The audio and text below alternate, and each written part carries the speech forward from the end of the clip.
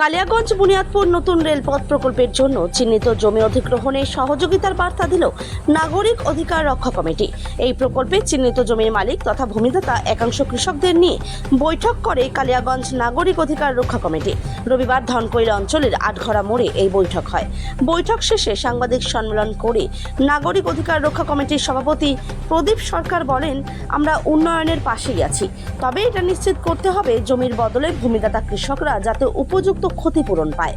সেই কারণে আজকে কৃষকদের স্বাক্ষর সমূহ ৮ দফা দাবি রায়গঞ্জের সাংসদ কার্তিক চন্দ্র পালের হাতে তুলে দেবেন। ইতিমধ্যেই কালিয়াগঞ্জ বুনিয়াদপুর রেলপথ সম্প্রসারণের জন্য জমি অধিগ্রহণের বিষয়ে রায়গঞ্জের সাংসদ কার্তিক পাল ও বালুরঘাটের সাংসদ তথা কেন্দ্রীয় শিক্ষা প্রতিমন্ত্রী সুকান্ত মজুমদারকে চিঠি দিলেন রেলমন্ত্রী অশ্বিনী বৈষ্ণব। দেখা হলো আপনাদের এখানে একটা নাগরিক কমিটি নিয়ে একটা বৈঠক করলে কি বিষয়টি বলতেন?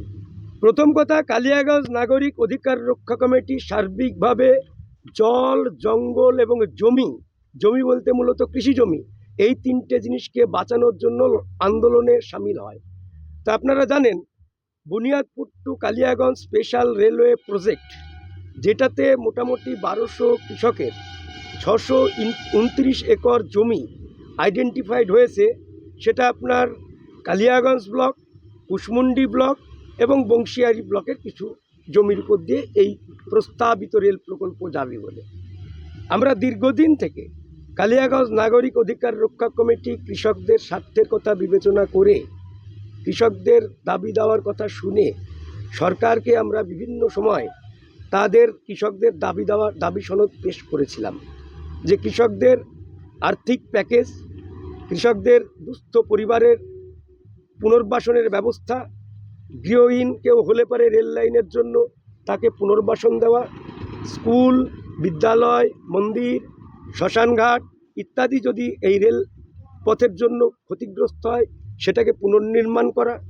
এবং সেই সাথে যারা এলাকার কৃষক, তারা কৃষিকাজের সঙ্গে যুক্ত ছিলেন, তারা জমিহারা হয়ে যাবার পরে কি করে খাবেন তার জন্য পরিবার প্রতি একজনের সরকারি কাজের ব্যবস্থা সহ আমরা ৮ দফা দাবি ইতিমধ্যে মুখ্যমন্ত্রী পশ্চিমবঙ্গ সরকারের মমতা ব্যানার্জিকে যেমন দিয়েছিলাম, আমরা রেল দপ্তরকে দিয়েছি, আমরা বিভিন্ন দপ্তরকে জানিয়েছি, কালিয়াগঞ্জের বিডিওকে জানিয়েছি, উত্তর দিনাজপুর জেলার জেলাশাসককে জানিয়েছি, দক্ষিণ দিনাজপুর জেলার জেলাশাসককে জানিয়েছি এবং কনসার্ন সকল পক্ষকে আমরা অবহিত করেছি এবং সমস্ত রাজনৈতিক দলের কাছেও আমরা অনুরোধ রেখেছিলাম যে কৃষকদের স্বার্থ যাতে সুরক্ষিত থাকে তার জন্য সকলে এগিয়ে আসুন।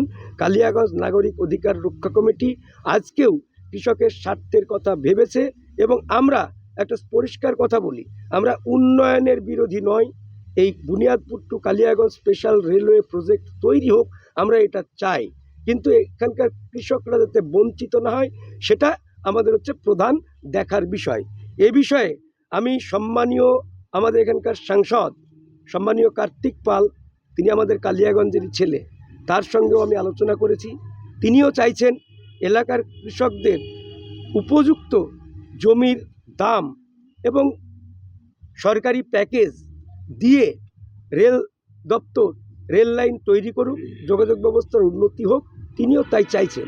তাই আমরা আজকে সম্মানীয় কার্তিক পাল মহাশয়ের কাছে একটা চিঠি দিচ্ছি কালিয়াগঞ্জ নাগরিক অধিকার রক্ষা কমিটির পক্ষ থেকে, যেখানে 178 জন কৃষক সশরীরে তারা মিটিংয়ে উপস্থিত থেকে সই করেছেন এবং আমরা সেই সাথে এই দরখাস্তের সঙ্গে জুড়ে দিচ্ছি এতদিন যাবৎ আমরা কি দাবি দাওয়া সরকারের কাছে করেছিলাম এবং কোন কোন দপ্তরে সেই কাগজগুলো দিয়েছিলাম তার পূর্ণ বিস্তারিত জেরক্স কপি এই কাগজের সঙ্গে জুড়ে আমরা সম্মানীয় সাংসদ কার্তিক পালকে দেব আজকে।